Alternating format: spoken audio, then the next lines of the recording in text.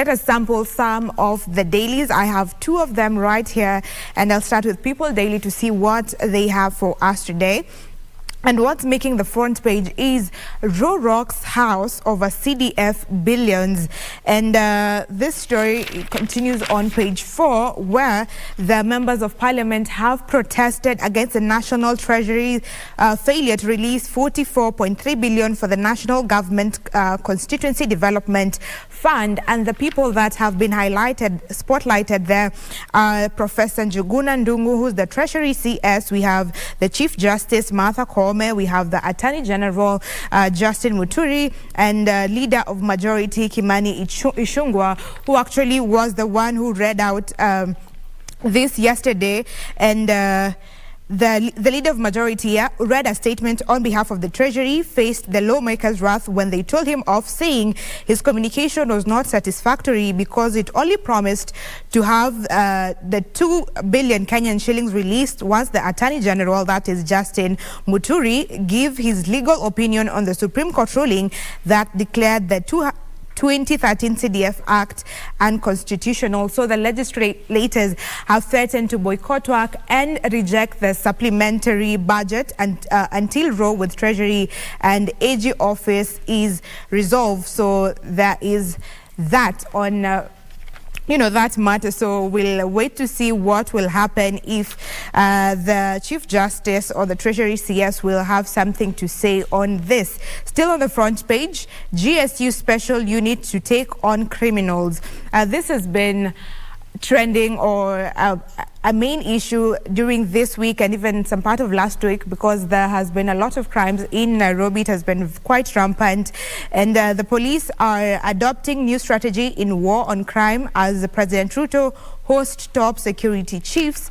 It continues to say that the National Police Service has come with a raft of measures to contain crime in the city, including adopting a multi-agency approach, and senior officers have been warned that they will be accountable for crime cases reported in their areas. So there has been deployment of officers from the GSU, that is the General Service Unit, and the Rapid Deployment Unit in Nairobi and its outskirts to deal with the rising cases of insecurity. The same story has also been captured here in the Daily Nation, because this is a story that cuts across all the papers. It has been making news.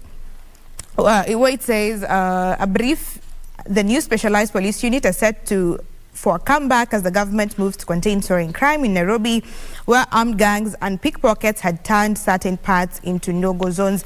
And we had been told earlier in the week, some of this highlight these areas that have been marked as no-go zones, which include Thika Highway along drive-in flyover to KCA underpass and total exits. These have been the hotspots, but at least things are being contained from what we hear there, and we hope that the crime rate will reduce in the coming days.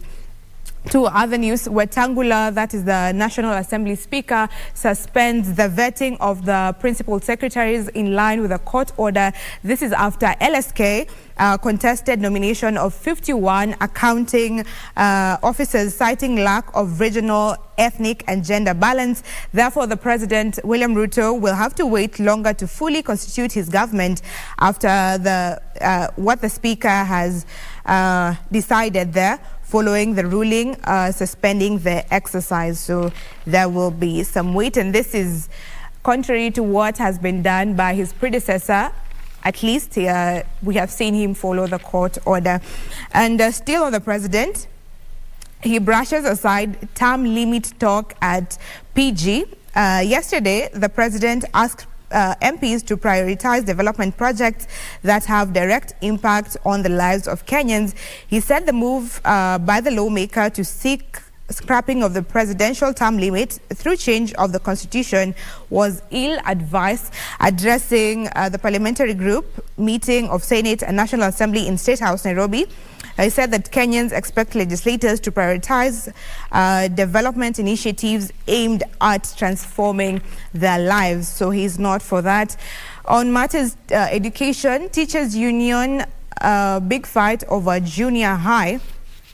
And Nat wants grade 7 to 9 to be in primary, while Kupet says no secondary school is the best. So this is from the opinion drawn from the CBC review that has been going on, and they sharply differ on the placement of the proposed junior secondary school, as I've mentioned there. And the parents, on the other hand, also proposed the need by the government to provide extra infrastructure in terms of workshops, computer rooms, home science, arts, crafts and music, and in every school for the purpose of practicals. So those are some of the feedback we get from the curriculum-based, competency-based curriculum, sorry.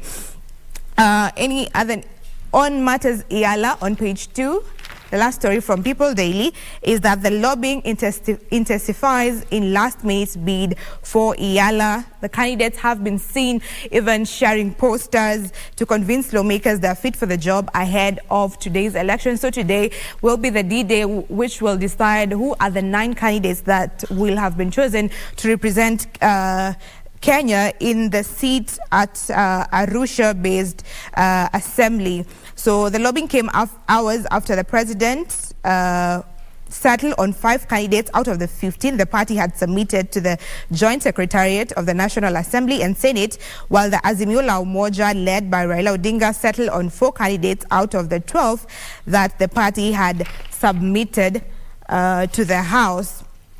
And it is being said from one of the papers here, this is Daily Nation, that President sets trap for Raila and Kalonzo in IALA seat race, saying that ahead of today's vote for members of the East African Legislative Assembly, President William Ruto of Kenya Kwanza is waiting in the wings to reap from a potential fallout in Azimio, where the nomination of a daughter and a son of party leaders Raila Odinga and Kalonzo Musyoka respectively is causing unease. So we are yet to see how that will pan out. Today is the day, and even Parliament will be sitting early today from 10 a.m. just because of this particular exercise. So we will be keeping you up to date on that. On matters construction, this is on a sad note that a building has also collapsed today after the tragedy that happened on Tuesday evening. This is a 5-story building that has collapsed in Ruaka in Kiambu, which has landed on an adjacent building that had occupants, as Marie had mentioned earlier, but we will be keeping you up to date with that as the news comes in. But on the other building that had collapsed earlier on Tuesday, we have 6 people being rescued and 3 die after the building collapses. And what has been written here is that the 2 men and 1 woman didn't have to die. The National Construction Authority had closed the site only a day to the tragic incident, but the contractor continued building. The height of impunity, and indeed this is quite sad, and it is indeed the height of impunity, because why would they defy the orders when they know it is not safe? The Nairobi governor has sent condolences to the families who have lost relatives in the accident and promised that an investigation has begun into the incident. He also warned that any city county officer found culpable will be dismissed and charged in court, while accusing the developer of prioritizing profit over human life. The governor asked the police to find the developer, saying he should face murder charges.